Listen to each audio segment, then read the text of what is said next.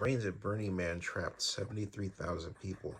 This is legal contributor on a number of television shows, including CNN and MSNBC, Neil Katal's photo or recount where he writes, "It's an incredibly harrowing 6-mile hike at night through heavy and slippery mud, but I got out safely from Burning Man, never been before.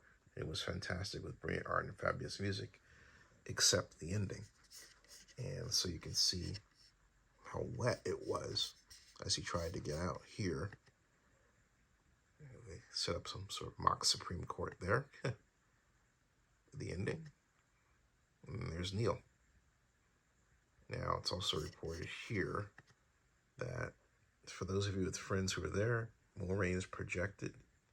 It's very wet right now, and cars and other vehicles can't drive and likely can't for several days. There's a lot of food and water. People are really generous in sharing. We decided to make the hike, but it was very slippery, and the mud is like cement and sticks to your boots. It also has some quicksand properties. It grabs your boots, and sometimes you're stuck. No one should try this unless they're in good shape and part of a group. It's quite hard, and it gets harder when it rains more. Talk your friends out of the hike unless you really think they can do it safely. There are treacherous places where it's worse than walking on ice. If they do hike, tell them to use GPS, download a map. If they can walk out at 6 o'clock and try to go in as straight a line as possible to the closest road meeting point. There's no cell reception of the first 60% and 70% AT&T or Verizon. They should try to arrange someone to pick them up at the meeting point before they leave, if at all possible. If they are hiking, they should time it so that there will not be rain for 2 to 3 hours from the time they start. The most inept thing to do is to encourage them to be safe. If it takes several days to leave, so be it. These are dangerous conditions to hike and will likely get worse. I hope this helps. Please know I'm no weather expert, traffic or hiking expert. Wow.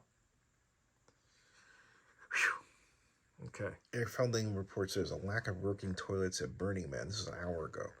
This worries me the most. Food and water can be airdropped in worst cases, but lack of working porta potty toilets at Burning Man due to the flooding could spell complete disaster if people can't evacuate. Toilets can't be fixed, he tweets. And then, granted, some have RVs with their own toilets, but half of the 70,000 people stuck there do not. If sewage builds up and more rain arrives to wash the rain sewage to the 70,000 person makeshift city, there could be an infectious disease disaster in a week.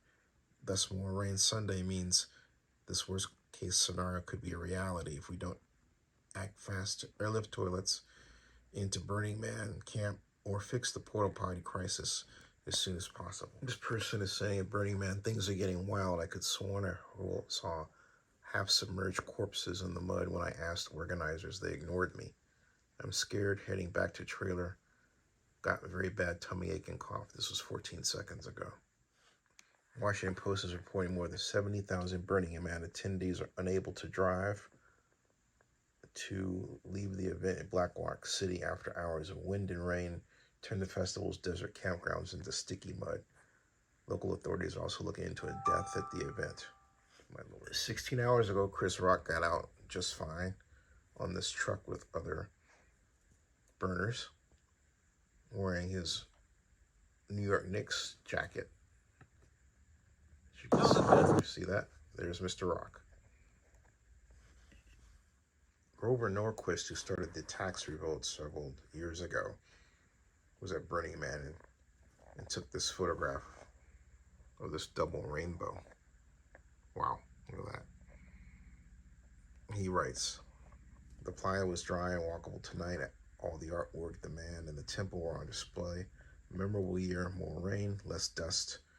Discussions of whether eating vegans counted as sleeping and keeping vegetarian were strictly hypothetical."